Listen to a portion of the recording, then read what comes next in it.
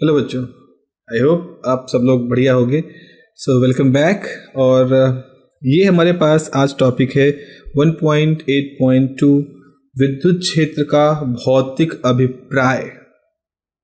भौतिक अभिप्राय मतलब हम थोड़ा सा गहराई से समझने वाले हैं विद्युत क्षेत्र की जो ये पूरी धारणा है, विद्युत क्षेत्र का जो पूरा कॉन्सेप्ट है, इसके बारे में। और कुछ बहुत अच्छी बातें हमको यहाँ पर जानने को मिलेंगी और उम्मीद है आप उसको अप्रिशिएट करेंगे। इससे पहले हम लोगों ने क्या किया है, इससे पहले हम लोगों ने अध्यारोपण सिद्धांत पढ़ा है चार्ज के रूप में। जैसे मैंने आपको बताया था पिछली बार कि जैसे मान लो आपके पास कोई पॉइंट P है, यहाँ पे कोई चार्ज मान लो Q1 रखा हुआ है और उसके अगल बगल पड़ोस में Q2, Q3, Q4, Q5 इस तरह के बहुत और भी चार्जेस हैं। मान ले यहाँ पर Qn चार्ज है, n कोई बड़ा नंबर है। तो अब इन चार्जों की वजह से Q1 पर जो इलेक्ट्रिक फील्ड होगी उसको हम, उस पर जो बल लगेगा उसको हम इस तरह के वेक्टर से रिप्रेजेंट कर सकते हैं। इस तरह के वेक्टर से हम इसको यहाँ पर रिप्रेजेंट कर सकते हैं। तो इस पॉइंट पर जिस पे चार्ज रखा है, इस पॉइंट पर टोटल इलेक्ट्रिक फील्ड कितना होगा या टोटल फोर्स कितना काम करेगा, टोटल फोर्स कितना काम करेगा, वो आप कैसे कैलकुलेट कर सकते हो। उसको कैलकुलेट करने के लिए यहाँ पर जो ये वेक्टर, जैसे एक वेक्टर ये है, इसको ऐड कर लो तो इसका रिजल्टेंट आ जाएगा। उसके बाद आप फिर इस वेक्टर को इसको ऐड कर लो तो फिर इसका रिजल्टेंट आ जाएगा। फिर इसको ऐड कर लो तो इसका रिजल्टेंट आ जाएगा। इस तरह से आप इसको ऐड कर लोगे तो इसका रिजल्टेंट आ जाएगा। तो इन सभी चार्जों की वजह से इस पॉइंट पर जहाँ चार्ज Q1 रखा था, कुल इलेक्ट्रिक फील्ड कितनी होगी, किस दिशा में होगी, वो हम कैलकुलेट कर सकते हैं। और आप देख रहे हो कि यहाँ पर आप एक काम कर रहे हो जिसको हम कहते हैं वेक्टर सम। हम यहाँ वेक्टर सम कर रहे हैं, यानी कि हम टोटल इलेक्ट्रिक फील्ड के लिए E1 के ऊपर E2 की वजह से इलेक्ट्रिक फील्ड, E3 की वजह से इलेक्ट्रिक फील्ड, इस तरह की बाकी जितनी इलेक्ट्रिक फील्ड है उनको हम यहाँ पर क्या कर रहे हैं, उनको हम यहाँ पर जोड़ रहे हैं। हम सबका अलजेब्रिक सम कर रहे हैं यहाँ पर। और इसी चीज़ को अगर हम थोड़ा शॉर्ट हैंड नोटेशन में लिखें तो इसको लिखने का तरीका देखें आप। ऊपर होगा जहाँ पर ये था, नहीं ऊपर नहीं है, नीचे है एक ये फॉर्मूला आप देखिए जो ग्रीन कलर से पूरा कलर किया गया है। ये जो फॉर्मूला है, ये फॉर्मूला ही उस सुपरपोजिशन को शो कर रहा है। वो जो सुपरपोजिशन यहाँ होता है उस सुपरपोजिशन को शो करता हुआ ये हमारा फॉर्मूला है। This is the formula of, इसको क्या कहते हैं, इसको अध्यारोपण के सिद्धांत से निकला हुआ फॉर्मूला कहते हैं। अध्यारोपण का यही मतलब है, बहुत सारे चार्जों का कुल प्रभाव जो है वो हम यहाँ पर कैलकुलेट कर सकते हैं। तो उम्मीद है इतना आप लोग समझ चुके होंगे। ओके, सो आते हैं, देखते हैं क्या कहता है हमसे एनसीईआरटी, क्या बात कर रही है। चलिए एनसीईआरटी की बात सुनते हैं। आपको आश्चर्य हो सकता है कि हमें यहाँ विद्युत क्षेत्र की धारणा से परिचित क्यों कराया जा रहा है। वैसे भी आवेशों के किसी भी निकाय के लिए मापने योग्य राशि किसी आवेश पर लगा हुआ बल है, जिसे सीधे ही कूलाम के नियम और अध्यारोपण के सिद्धांत द्वारा निर्धारित किया जा सकता है। फिर विद्युत क्षेत्र नाम के इस मध्यवर्ती राशि को प्रस्तावित क्यों किया जा रहा है। एक और सवाल पूछ रहा है, बहुत अच्छा सवाल है। ये सवाल पूछना चाहिए। जब भी कोई नई चीज़ आप सीखो तो आप पूछो कि भाई हम ये नई चीज़ क्यों पढ़ें, ताकि सामने वाला आपको उसकी पहले इंपॉर्टेंस बताए, उसको वो चीज़ें बताए कि आखिर इनकी आवश्यकता क्यों। क्योंकि जब हम समझ जाएंगे कि आवश्यकता क्या है तो फिर हम उसकी पेचीदगियों को ज़्यादा अच्छे तरीके से स्वीकार कर पाएंगे, अडॉप्ट कर पाएंगे। हम तभी इन सवालों में फंस जाते हैं कि आखिर इसको पढ़ने का फ़ायदा क्या है, मैं इसको पढ़ क्यों रहा हूँ, कब, जब हमें उसकी इंपॉर्टेंस नहीं मालूम है। इसीलिए उसमें कुछ भी प्रक्रिया होगी, कुछ भी नया पढ़ाया जाएगा, हमारे लिए बोझ की तरह से लगेगा। सो यहाँ पर सवाल ये है कि अगर आप कूलाम के नियम से जो बल निकलता है उस बल को नाप सकते हो। उन्होंने नापा भी था टॉर्जनल बैलेंस की तुला मदद से। और अगर कहीं बहुत सारे चार्ज हैं तो उनकी वजह से कुल बल कितना होगा उसको अध्यारोपण सिद्धांत से भी आप निकाल सकते, जैसा कि मैंने इससे पहले आपको बताया है। तो ये इस इलेक्ट्रिक फील्ड यानी कि विद्युत क्षेत्र को अब हम क्यों पढ़ रहे हैं, क्योंकि मैंने पिछली बार आपको बताया था, काफ़ी विस्तार में हमारी बात हुई थी। उसमें मैंने आपसे बात की थी कि विद्युत क्षेत्र की बात को सोच करके हम ये जान जाते हैं कि जब किसी चार्ज के इर्द गिर्द कोई दूसरा चार्ज आता है जो दूसरा चार्ज आया है उस पे एकदम से जो बल लगना शुरू हो गया, उस पे जो एकदम से बल कार्य कर रहा है, एकदम से उसको जो बल महसूस हो रहा है, उस बल को हम कैसे बताएं कि वहाँ एकदम से महसूस होना शुरू हो गया। तो उस चीज़ को समझाने के लिए हमें इलेक्ट्रिक फील्ड की परिकल्पना करनी पड़ती है। एक मध्यवर्ती क्षेत्र, एक तरह से एक मतलब बीच का एक साधन है इलेक्ट्रिक फील्ड, कि हमारे द्वारा जो भी कुछ हम अगर चार्ज हैं तो हमारे द्वारा एक दूसरे चार्ज पर जब बल लगेगा तो ये बल कैसे उसके ऊपर इंस्टेंटली लग रहा है, तुरंत ही कैसे लग रहा है, इसको समझाने के लिए हमें इलेक्ट्रिक फील्ड की परिकल्पना, इलेक्ट्रिक फील्ड के सिद्धांत को इस्तेमाल करना शुरू किया था। देखो, स्थिर वैद्युतिकी के लिए विद्युत क्षेत्र की अवधारणा एक सुगम तो है पर वास्तव में आवश्यक नहीं है। बहुत अच्छी बात बोली उन्होंने कि ठीक है, इलेक्ट्रिक फील्ड की अवधारणा जब हम ले लेते हैं, विद्युत बल क्षेत्र की अवधारणा को हम मान लेते हैं तो इससे हमारे रास्ते थोड़े आसान हो जाते हैं। लेकिन ऐसा नहीं कि अगर हम इसको नहीं मानेंगे तो हम फंस जाएंगे किसी मुश्किल में, ऐसा नहीं है। हम अपने काम तब भी निकाल ले जाएंगे। जैसे भाई, अगर हमें यहाँ से 20 किलोमीटर दूर जाना है तो हम साधनों का इस्तेमाल करते हैं, मोटरसाइकिल का इस्तेमाल करते हैं, कार का इस्तेमाल करते हैं, साधनों का इस्तेमाल करते हैं। तो साधन से हमारा वो 20 किलोमीटर का रास्ता सुगम हो जाता है, जल्दी पहुंच जाते हैं, थकते कम है, ऐसी बहुत सारी चीज़ें हो जाती हैं। लेकिन या सोचो कि जब जिस ज़माने में ये मोटर कार नहीं थी, इस तरह के साधन नहीं थे, तो क्या इंसान पैदल नहीं जाते थे? बिल्कुल जाते थे। लोग तो पूरा भारत भ्रमण करते थे। बड़े बड़े संत मुनि ऋषि जो हम लोग सुनते हैं, आदि गुरु शंकराचार्य वगैरह, वो तो पैदल ही निकल गए और कहाँ कहाँ तक वो गए, पैदल यात्रा करते रहे। तो ऐसा ही है, ये जो अवधारणा है विद्युत, स्थिर वैद्युत के लिए विद्युत क्षेत्र की, ये एक सुगमता देती है, पर ये वास्तव में बिल्कुल एक नेसेसिटी नहीं है। विद्युत क्षेत्र आवेशों के किसी निकाय के विद्युत पर्यावरण को अभिलक्षित करने का सुरुचि संपन्न उपाय है। मतलब आपके पास बहुत सारे चार्ज हैं, तो उन चार्जों के इर्द गिर्द एक क्षेत्र होगा, उस क्षेत्र में जब कोई चार्ज लाया जाएगा तो कैसे उस पर बल लगेगा, इन सब चीज़ों को थोड़ा इंटरेस्टिंग तरीके से अगर हम समझाना चाहें, थोड़ा विजुलाइज करके समझाने के लिए हमने इस तरह की बल क्षेत्र के बारे में बात करनी शुरू की। आवेशों के निकाय के चारों ओर के दिक् स्थान में किसी बिंदु पर विद्युत क्षेत्र आपको यह बताता है कि निकाय को विक्षुब्ध किए बिना इस बिंदु पर कोई एकांक धनात्मक परीक्षण आवेश रखें तो कितना बल अनुभव करेगा। जैसे सपोज जैसे मैं एक कंपनी का मालिक हूँ, ठीक है, मैं अपने आप को चार्ज मानता हूँ, बड़ा चार्ज मैं हूँ, मैं कंपनी का मालिक हूँ, और मेरी कंपनी में कोई व्यक्ति नौकरी के लिए आया।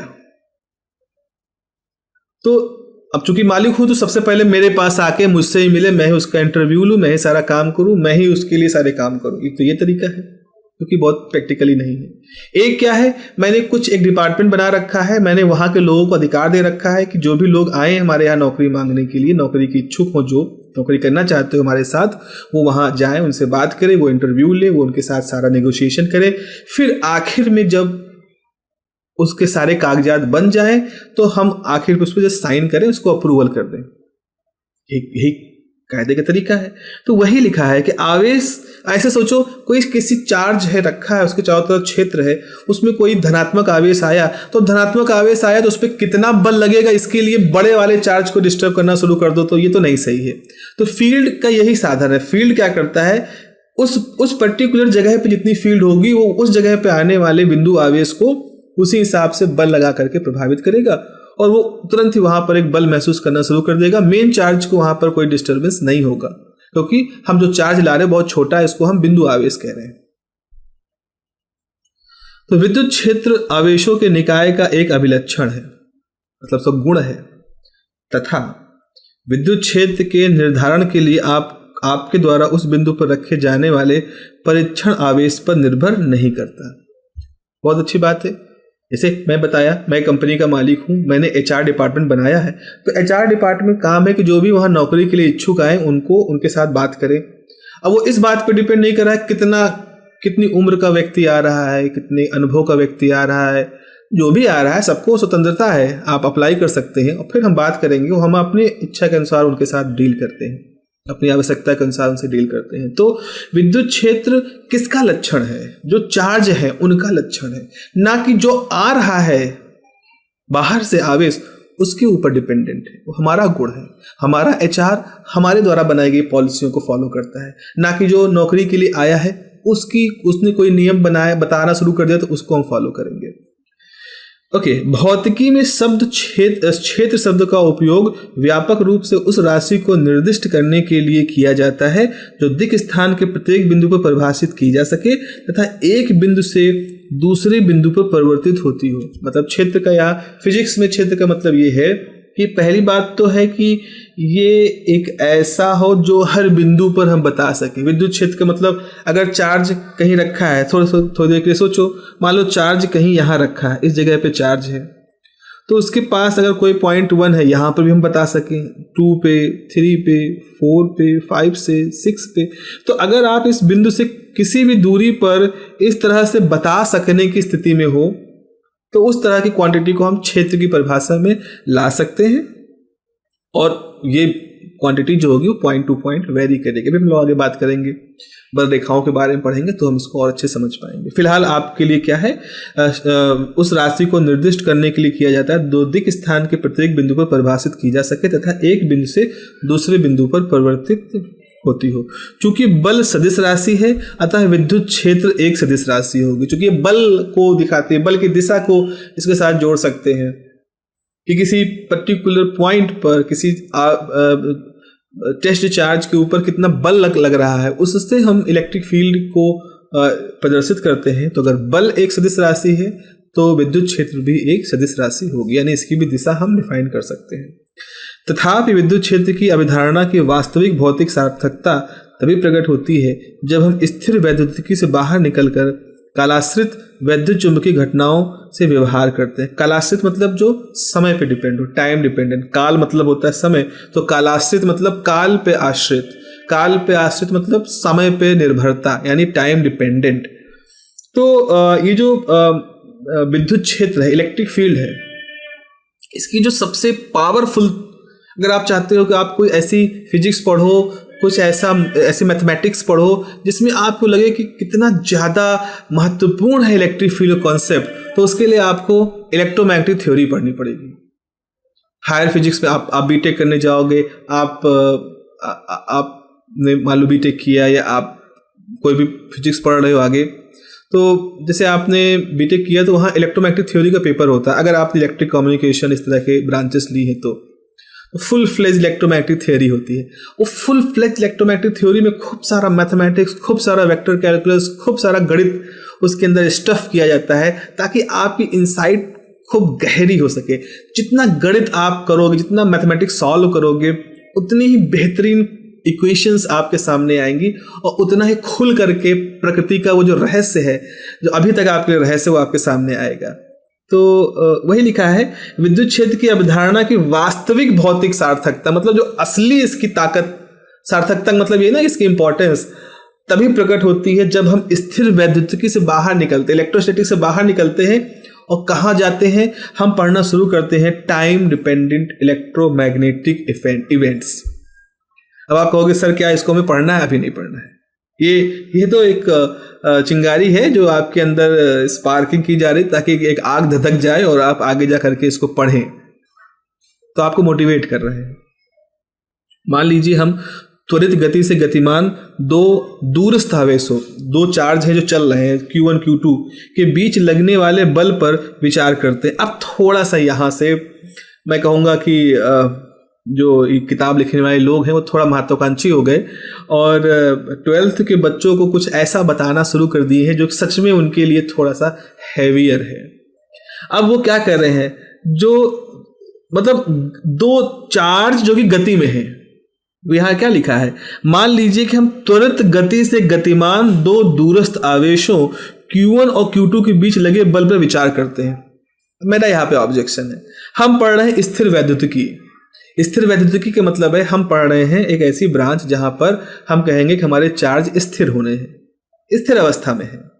और जब चार्ज स्थिर अवस्था में होते हैं तो इलेक्ट्रोस्टैटिक के रूल काम करते हैं। लेकिन आप यहाँ क्या मनवा रहे हो कि मान लो तो एक एक्सेलरेटेड है, त्वरित गति से गतिमान चार्ज Q1 Q2 है। यानी कि अब हम लोग इस पैराग्राफ से इलेक्ट्रोडायनेमिक्स की बात करने जा रहे हैं, जो कि मेरे ख्याल से ठीक है, ये थोड़ा महत्वाकांक्षी हो गए, बट उतना ज़्यादा उसका कोई इंपॉर्टेंस नहीं है। तो इसलिए मैं इस पूरे पैराग्राफ को, ये जो पूरा पैराग्राफ है, इसको हम यहाँ से हटा सकते हैं, बिकॉज यहाँ पर वो लोग जो फिजिसिस्ट हैं, जिन्होंने किताब लिखी है, नार्लिकर साहब, जिनका इसमें योगदान है, वो रोक नहीं पाए अपने आप को, और उन्होंने आपसे इलेक्ट्रोडायनेमिक्स की एक स्थिति की संकल्पना करवानी शुरू कर दी, जहाँ की हम इलेक्ट्रोमैग्नेटिक रेडिएशन के बारे में बात करते हैं, किस तरह से इंस्टेंट इलेक्ट्रोमैग्नेटिक इम्पल्स की बात करते हैं। तो मैं अभी आपको ये कहूँगा कि आप अभी मत पढ़ो। हाँ, आगे इस कोर्स में इलेक्ट्रोमैग्नेटिक थ्योरी पढ़ोगे, आने वाले समय में इसी चैप्टर, इसी कोर्स में आगे है, उसको जब पढ़ लोगे तो वहाँ पर हम लोग थोड़ा सा मैक्सवेल्स इक्वेशन और इलेक्ट्रोमैग्नेटिक कुछ काम बात करेंगे। फिर मैं आपके लिए फिर यहाँ लौट के आऊँगा, और ये जो काटा है मैंने, इसको मैं फिर से आपके सामने रिसाइट करूँगा, पढ़ूंगा, और उस समय आपको समझाऊंगा। अगर भूल जाएं हम तो आप प्लीज़ हमें याद दिला दीजिएगा।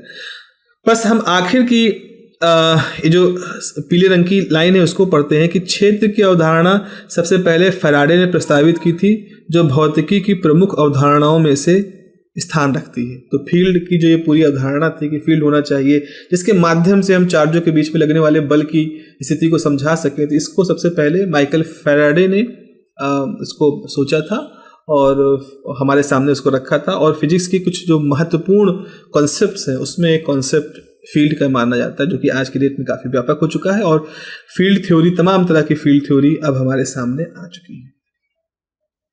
अच्छा, अब हम आते हैं अपने अगले पॉइंट पर, दैट इज 1.9 विद्युत क्षेत्र रेखाएं। विद्युत क्षेत्र रेखाएं क्या होती हैं, जरा देखिए। अभी तक हमने विद्युत क्षेत्र की परिकल्पना की। विद्युत क्षेत्र एक दो चार्जों के बीच जो बल लगता है, उस बल के लिए एक तरह से मध्यमार्गी, एक मध्यावर्ती का काम करता है, एक क्या कहते हैं, एक मीडिएटर का काम करता है ना, जो बीच में होता है, जो दो पक्षों के बीच में काम करता है, दोनों को सुलह कराने का, दोनों के संबंध को बनाए रखने का, वैसा काम करता है। अब क्या हम किसी तरह से इस फील्ड को विजुलाइज नहीं कर सकते, है ना? किसी चीज़ से किसी तरह से विजुलाइज इसको किया जाए, कैसा कुछ किया जाए जिससे कि हम इसको थोड़ा सा और अच्छे समझ पाए। तो इसी चीज का प्रयास है विद्युत क्षेत्र रेखाओं का कंसेप्ट। देखो भाई, पढ़ता हूं मैं आपके लिए। पिछले अनुभाग में हमने विद्युत क्षेत्र का अध्ययन किया। यह एक सदिश राशि है, इसको नोट कर लेना है, तथा इसे हम सदिशों की भांति ही निरूपित कर सकते हैं। ठीक है, आइए हम किसी बिंदु आवेश के कारण E को चित्रात्मक निरूपित करने का प्रयास करते हैं। मतलब आपके पास कोई चार्ज है, उस चार्ज के चारों तरफ का जो विद्युत क्षेत्र होगा उसको हम चित्र के रूप में दिखाना चाहते हैं। मान लीजिए बिंदु आवेश मूल बिंदु पर स्थित है। जैसे मान लो कोई मूल बिंदु O ले लिया, उस पर आपका चार्ज रखा हुआ है। प्रत्येक बिंदु पर विद्युत क्षेत्र की अनुदिश संकेत करते हुए क्षेत्र की तीव्रता की आनुपातिक लंबाई के सदिश खींचिए।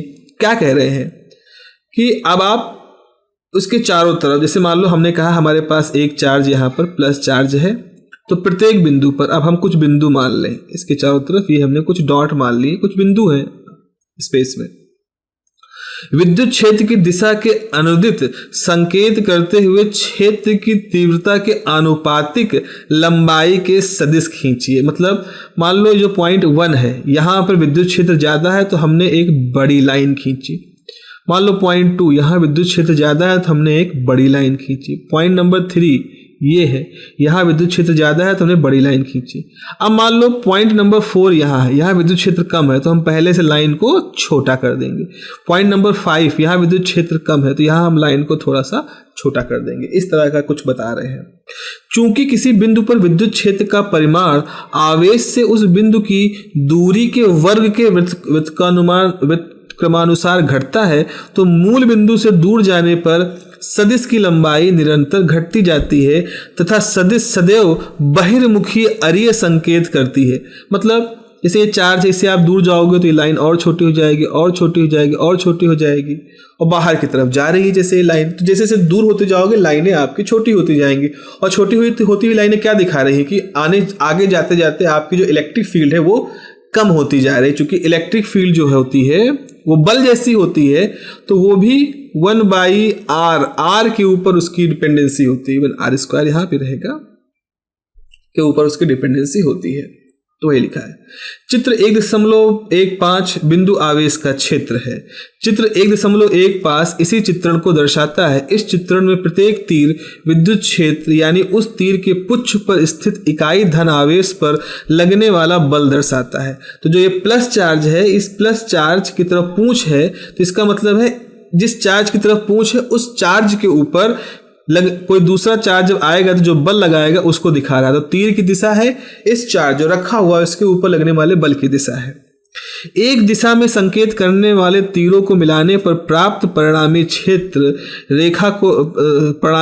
क्षेत्र रेखा को निरूपित करता है। इस प्रकार हमें बहुत सी क्षेत्र रेखाएं प्राप्त होती हैं जिनमें सभी बिंदु आवेशों के बाहर की ओर संकेत करती हैं, मतलब बाहर की तरफ लाइनें जा रही हैं। क्या अब हमने विद्युत क्षेत्र की तीव्रता या परिमाण के विषय में जानकारी नष्ट कर दी है, क्योंकि वह तो तीर की लंबाई में समाई हुई थी? नहीं, मतलब हम कह रहे हैं कि क्या ऐसा करने से, इस तरह से छोटी छोटी लाइनें बड़ी बड़ी लाइनें खींचने से, क्या हमने इलेक्ट्रिक फील्ड कहाँ कम है कहाँ ज्यादा है इसके बारे में जानकारी खो दी? तो कह रहा नहीं। अब क्षेत्र के परिमाण को क्षेत्र रेखाओं के घनत्व द्वारा निरूपित किया जाता है।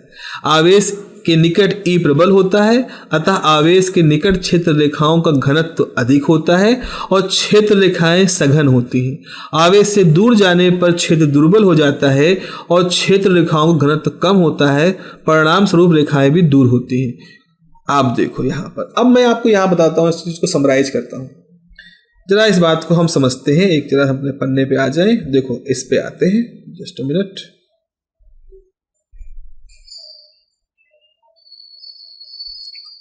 यहां पर मैं आपको बता रहा हूं कि जैसे मान लो आपने कोई चार्ज लिया Q, ठीक है, इस पे यहां इलेक्ट्रिक फील्ड ज्यादा होती है, तो यहां पर आपने बड़ी बड़ी लाइनें खींची है इस तरह से।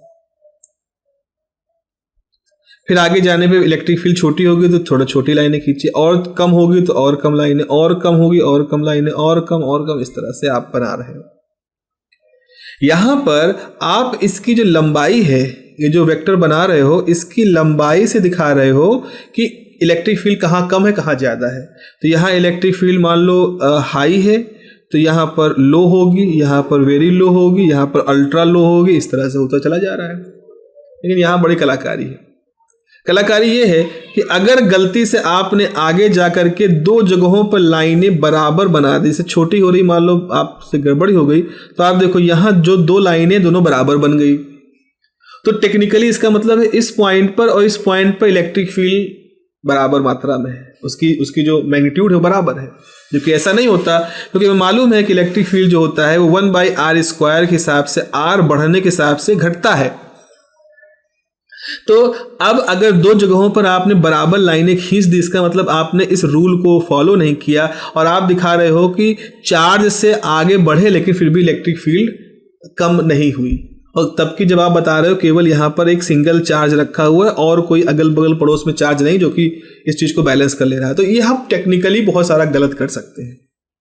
तो गलती हमसे यहाँ पर ये हुई कि हम डायग्राम बनाते समय दो लाइनों को पास पास बराबर मात्रा का बना दिए, लेकिन इस गलती की सजा के रूप में हमसे ये हुआ, दिखाया ये गया कि आपका कॉन्सेप्ट ही पूरा वहाँ पर ख़त्म हो गया।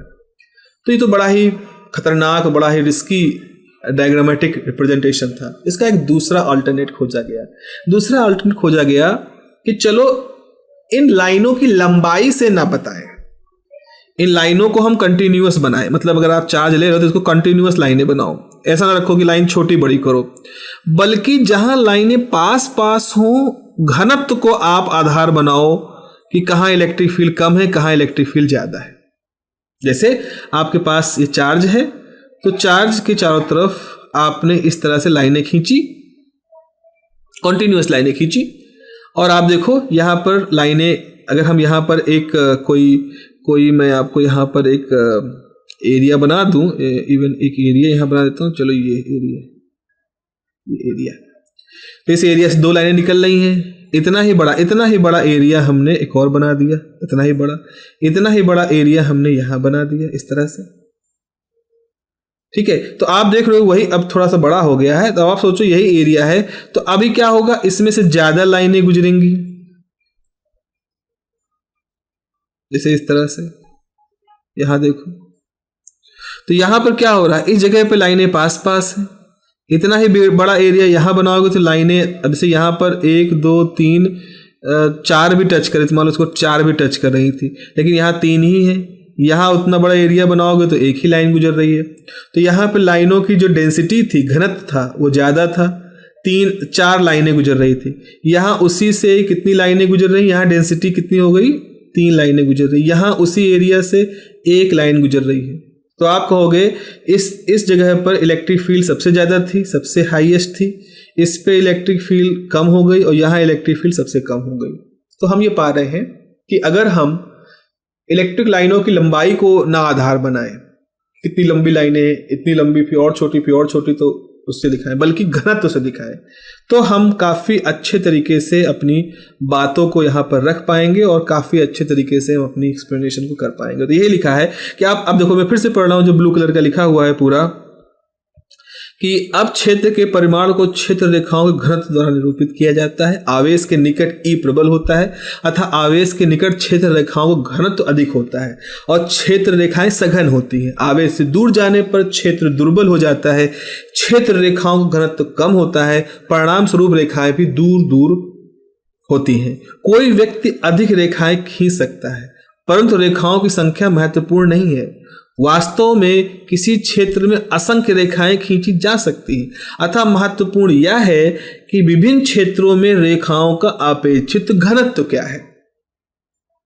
क्या कह रहे हैं, रेखाएं कितनी खींच ली इससे आपको मसला नहीं है, रेखाएं उस एरिया से घनत्व कितना है, किसी पर्टिकुलर एरिया से कितनी रेखाएं जा रही हैं, इसका मसला है।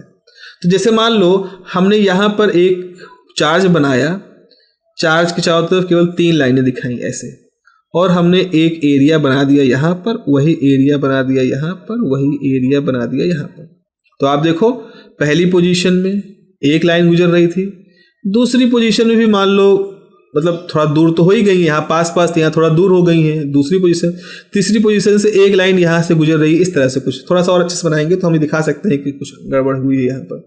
तो यहाँ पर ऐसे कर देना, 1 लाइन और खींच दें और 1 लाइन और खींच दें। तो यहाँ से 1 2 3 4 गई हैं, यहाँ से 1 2 3 गई हैं, यहाँ से केवल 2 गई हैं। तो आप देखा यहाँ पर एरिया उतना ही बड़ा रखा है। तो पॉइंट नंबर, ये जो पॉइंट नंबर ए है, यहाँ घनत्व ज़्यादा है, पॉइंट नंबर बी पे कम हुआ, पॉइंट नंबर सी पे और कम हुआ। अब यही चीज़ आप ऐसे भी दिखा सकते हो, यही चीज़ दिखा सकते हो कि आपने यहाँ बहुत सारी लाइनें खींच दी, इस तरह से बहुत सारी लाइनें, सब कोई काट नहीं रहे ऐसे, और आपने कहा पॉइंट नंबर ए से 100 लाइनें गुजर रही, पॉइंट नंबर बी से 75 लाइन गुजर रही, पॉइंट नंबर सी से 25 लाइनें गुजर रही हैं। इससे क्या दिखा ले जाओगे, वही जो लॉजिक पहले दिखा रहे थे वही लॉजिक अभी भी दिखाओगे कि पॉइंट नंबर ए पर घनत्व ज़्यादा है, बी पर कम है, सी पर सबसे कम है। तो यही चीज़ चाहे आप 4 लाइनों से दिखाओ, चाहे आप 400 लाइनों से दिखाओ, चाहे 4000 लाइनों से दिखाओ, तो वही उन्होंने कहा है कि अगर जब हम ये सब दिखाना चाह रहे हैं कहाँ विद्युत क्षेत्र की तीव्रता ज़्यादा है कम है, तो रेखाओं की संख्या महत्वपूर्ण नहीं है। क्या महत्वपूर्ण है, वास्तव में किसी क्षेत्र में तो असंख्य रेखाएं खींची जा सकती हैं, अतः महत्वपूर्ण यह है कि विभिन्न क्षेत्र में रेखाओं का अपेक्षित घनत्व क्या है, डेंसिटी क्या है, दैट इज मोर इंपॉर्टेंट। अब देखो यहाँ पर कुछ चित्र भी बनाए हैं और अच्छे से इसको समझाने का प्रयास किया है एनसीईआरटी ने। हम कागज के पृष्ठ पर चित्र खींचते हैं, अर्थात हम द्विविमीय चित्र खींचते हैं, 2 डायमेंशनल की बात कर रहे हैं, परंतु हम 3 विमाओं में रहते हैं। बिल्कुल सही बात, हम लोग रहते हैं 3 विमाओं में है। फोटोग्राफ जैसा आप खींचते हो तो आप चेहरा जो आता है वो 2 डायमेंशनल होता है, गहराई नहीं दिखाई पड़ती, लेकिन अभी हम अपना हाथ देखते हैं, अपने किसी व्यक्ति को देखते हैं तो हमें उसका 3 डायमेंशनली वो हम लोग उसको देखते हैं। तो कागज पर चित्र हम 2 डायमेंशनली बनाते हैं, लेकिन हम जीवन जीते हैं 3 डायमेंशन में। अतः यदि हम रेखाओं के घनत्व का आकलन करना है तो हम इन रेखाओं के लंबवत अनुप्रस्थ काट के प्रति एकांक क्षेत्रफल में क्षेत्र रेखाओं की संख्या पर विचार करना होता है। यहाँ पर वो ये कह रहे हैं कि जैसे आप सोचो, आप एक मिनट ऐसा सोचो कि जैसे आपके पास इस तरह से आप सोचो कि बहुत सारी बल रेखाएं निकल रही हैं, आपने उसके रास्ते में इस तरह से कुछ रख दिया, एक एरिया रख दिया, और वो बल रेखाएं इस एरिया से कितनी बल रेखाएं यहाँ से जा रही हैं, इस एरिया से कितनी बल रेखाएं गुजर रही हैं, हम इसका आकलन करने वाले हैं। ये चीज को 3 डायमेंशन में आप देखोगे ना कि 3 डायमेंशन स्पेस यहाँ से कितनी लाइनें इसको पार कर रही हैं। तो वही लिखा है कि हम क्षेत्र रेखाओं के घनत्व का आकलन करना है तो हमें रेखाओं के लंबवत, जैसे रेखा यूं जा रही है, ये लाइन जा रही है, तो इसके लंबवत आओ, मतलब एक ऐसा एरिया लो जो इस रेखा के साथ 90 डिग्री कोण बनाए। देखो अगर ये देख रहे हो, ये रेखा है, ये लाइन है हमारी पेंसिल, तो ये एंगल कितना बनना है, 90 डिग्री का। तो अनुप्रस्थ काट के प्रति एकांक क्षेत्रफल में हम क्षेत्र रेखाओं की संख्या पर विचार करना होता है। चूंकि किसी बिंदु आवेश से दूरी के वर्ग के अनुसार विद्युत क्षेत्र कम होता जाता है तथा आवेश को परिबद्ध करने वाला क्षेत्र दूरी के वर्ग के अनुसार बढ़ता है, तो परिबद्ध क्षेत्र से गुजरने वाले क्षेत्र रेखाओं की संख्या सदैव नियत रहती है, चाहे आवेश उस क्षेत्र की दूरी कुछ भी हो। अब इसको देखो, ऐसा है कुछ, ये इसको अब यहाँ पर ये एक सॉलिड एंगल की परिभाषा की बात करनी शुरू कर दी है। ये जो बात कर रहे हैं, कुछ सॉलिड एंगल के तरफ हम लोग बढ़ रहे हैं, और सॉलिड एंगल का जो कॉन्सेप्ट है वो अपने आप में बड़ा महत्वपूर्ण कॉन्सेप्ट है। तो यहाँ पर वो कुछ ऐसा कह रहे हैं कि जैसे हम कह रहे हैं कि इलेक्ट्रिक फील्ड जो होता है वो कैसे डिपेंड करता है 1/r² हिसाब से, और जो एरिया होता है वो किस हिसाब से चेंज होता है। एरिया भी एक तरह से आप अगर सर्कुलर ले लोगे तो πr² इस तरह से चेंज होता है। तो हमारा एरिया भी r² के हिसाब से बढ़ रहा है और इलेक्ट्रिक फील्ड r दूरी के हिसाब से घट रही है। तो वही चीज लिख रहे हैं, किसी बिंदु आवेश से दूरी के वर्ग के अनुसार विद्युत क्षेत्र कम होता है। इसे यहां पे लिखा है, दूरी के अनुसार विद्युत क्षेत्र कम हो रहा, r बढ़ाओगे तो E कम होगा, तथा आवेश को परिबद्ध करने वाला क्षेत्र दूरी के वर्ग के अनुसार बढ़ता जाता है। अच्छा जरा समझो इसको, कैसे, इसका मतलब क्या है। इसको ऐसे समझो, जैसे हमारे पास ये है प्लस चार्ज, ठीक है, यहां पर हमने एक स्फीयर लिया हमने, इस स्फीयर का रेडियस कितना है r, इसका सरफेस एरिया कितना होगा 4πr², ठीक है। और यहां से जो लाइनें निकल रही हैं, जरा उसको हम अलग रंग से दिखाएं, तो ये लाइनें जो निकल रही हैं इस तरह से, इस तरह से, इस तरह से। अब क्या हुआ, आपने कहा कि भाई हम दूर जाके यहां पर आप बनाओ इस जगह पर, तो अगर आप यहां पर एक गोला बनाओगे तो अब इसका r कितना हो चुका है, इसका r1 हो चुका है, तो अब इसका सरफेस ऑफ एरिया कितना होगा 4πr1²। और यहां जाते जाते इस बिंदु पे आते आते इलेक्ट्रिक फील्ड जो है वो जो 1/r1² थी वो भी अब आपकी लो हो गई, चूंकि आप r1 ज्यादा है। तो यानी कि जो इलेक्ट्रिक लाइनें आपने बना रखी थी जो ब्राउन कलर की, दूर दूर हो जाएंगी। तो इलेक्ट्रिक लाइनें दूर दूर हुई, साथ ही साथ हमारे गोले का सरफेस एरिया भी बढ़ गया। तो इस तरह से अगर पहली बार गोला बनाया था तो पहली बार गोले से आप कितनी लाइनें गुजर रही थी, 1 2 3 4 5 6 7 8 9 लाइनें गुजर रही थी। तो अब आगे जब आपका गोला r1 रेडियस का हो गया है तो उसी हिसाब से लाइनों के बीच की दूरी बढ़ चुकी है। लाइनों के बीच की दूरी बढ़ने की वजह से उसी प्रोपोर्शन में हम देखते हैं कि लाइनें जो है गोले से गुजर रही हैं। तो वही चीज़ तो आपने यहाँ पे लिख रखा है, यहीं पे लिख रखा है। थोड़ा सा कन्फ्यूजिंग लग रहा होगा आपको, आप इस स्टेटमेंट को और इस चित्र को एक बार जरा से समझ के फिर से पढ़ेंगे तो आप समझ जाओगे।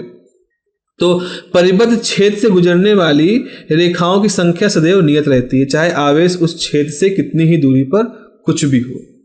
तो चाहे आप पास हो तो इतना बड़ा गोला, दूर जाए दूर जाए दूर जाए, तो जितनी लाइनें गुजर रही थी वही लाइनें उस पूरे स्फीयर से गुजरेंगी। हमने आरंभ में कहा था कि क्षेत्र रेखाएं दिक् स्थान के विभिन्न बिंदुओं पर विद्युत क्षेत्र की दिशा के विषय में सूचना पहुंचाती हैं। तो कुछ क्षेत्र रेखाओं का समुच्चय खींचने पर विभिन्न बिंदुओं पर क्षेत्र रेखाओं का आपेक्षिक संख्या घनत्व उन बिंदुओं पर विद्युत क्षेत्र की आपेक्षिक प्रबलता को इंगित करता है। कोई मिला के यहाँ पे कह रहे हैं किसी जगह पर जितनी ज्यादा बल रेखाएं होंगी, जिनका घनत्व जितना ज्यादा होगा, उस जगहों पर उतना ही स्ट्रांग, उतना ही मजबूत इलेक्ट्रिक क्षेत्र, विद्युत क्षेत्र होगा। यहाँ क्षेत्र रेखाएं सघन होती हैं, वहाँ क्षेत्र प्रबल होता है, और जहाँ दूर दूर होती हैं वहाँ दुर्बल होता है। चित्र 1.16 में रेखा समुच्चय दर्शाया गया है। हम बिंदुओं R तथा S पर वहाँ की क्षेत्र रेखाओं के अभिलंबवत दो समान तथा छोटे अवयवों की कल्पना कर सकते हैं। हमारे चित्रण में इन क्षेत्र अवयवों को काटने वाले क्षेत्र रेखाओं की संख्या इन बिंदुओं पर विद्युत क्षेत्र के परिमाणों के अनुकमानुपाती है। चित्रण दिखाता है कि बिंदु R, ये है हमारा बिंदु R, ये है बिंदु R, बिंदु R पर क्षेत्र, और ये है बिंदु S। बिंदु R पर क्षेत्र और बिंदु S पर क्षेत्र की तुलना में अधिक प्रबल है। वही चीज बता रहे हैं, क्योंकि यहाँ पास पास है। देखो यहाँ पास पास है, तो 1 2 3, 1 2 3, 3 बल रेखाएं जा रही हैं। S से एक गुजर रही है केवल, तो R पर ज्यादा मजबूत इलेक्ट्रिक फील्ड है S की तुलना में। तो पहले बात कर चुके, वही चीज है। क्षेत्रफल पर अथवा क्षेत्र अवयव द्वारा अंतरित घन कोण पर क्षेत्र रेखाओं की निर्भरता को समझाने के लिए हम क्षेत्रफल और घन कोण, जो कोण की तीन विमाओं के व्यापकीकरण से है, के बीच संबंध स्थापित करने का प्रयास करते हैं। अब हम यहाँ पर घन कोण के बारे में बात करने वाले हैं। घन कोण क्या होता है उसके बारे में बात करने वाले हैं। मेरे ख्याल से अभी यहाँ पर हमें रुकना चाहिए, क्योंकि वीडियो थोड़ा लंबा हो रहा है। इतना ज़्यादा पढ़ते पढ़ते थोड़ा सा आप लोगों को भी मन बोझिल हो गया होगा। तो अगला जो हमारा टॉपिक होगा उसमें मैं आपको सॉलिड एंगल के बारे में बताऊंगा, थोड़ा सा अलग हटके। यहाँ से किताब से उठेंगे, हम सॉलिड एंगल को अलग तरह से समझेंगे, और फिर वापस से किताब पे आएंगे, और फिर हम आपको उसके बारे में समझाएंगे। क्योंकि सॉलिड एंगल कंसेप्ट बड़ा कन्फ्यूजिंग होता है और इम्पोर्टेंट भी होता है। अगर उसको सीख गए आप इस पहली बार आप उसका परिचय पा रहे हो फिजिक्स के लिहाज से, तो अगर आपने यहाँ पर उसको सुचारू रूप से सीख लिया तो आपको आगे आने वाले समय में किसी तरह की दुविधा नहीं होगी। अगर यहीं से भी कुछ ऊंच नीच हो जाती है तो दिक्कतें बढ़ जाती हैं, फिर आने वाले समय में उसका खामियाजा हमें अलग अलग तरीके से भुगतना पड़ता है। तो घन कोण शंकु की माप है। घन कोण क्या होता है, घन कोण का मूल कंसेप्ट क्या है, उसको हम लोग आने वाले समय में अगले लेक्चर में पढ़ेंगे। तो होप ये चीज़ें आपको समझ में आ रही होंगी। तो अगर आपको समझ में आ रही है तो आप अपने कमेंट हमें जरूर बताते रहिएगा, और अगर आप वीडियो को यहाँ तक देखते हुए आए हैं तो आप जरूर कमेंट करिएगा, और आपकी जो दुविधाएं हैं, आपके जो सवाल हैं, उनसे आप जरूर शेयर करिएगा। जरूरी नहीं है कि आपके सवालों का मैं जवाब जानता ही हूँ या दे ही पाऊँ, लेकिन मैं हमेशा कहता हूँ कि सवाल के जवाब नहीं मिलते हैं तो क्या सवाल पूछने बंद कर देने चाहिए? तो जवाब नहीं, सवाल पूछते रहना चाहिए, जवाब भी मिलते रहेंगे। हमारी जिम्मेदारी सवाल पूछने की ज़्यादा है, जवाब तो दुनिया ढूंढेगी ही। चलिए, अपना ख्याल रखिए। Have a nice day, bye bye.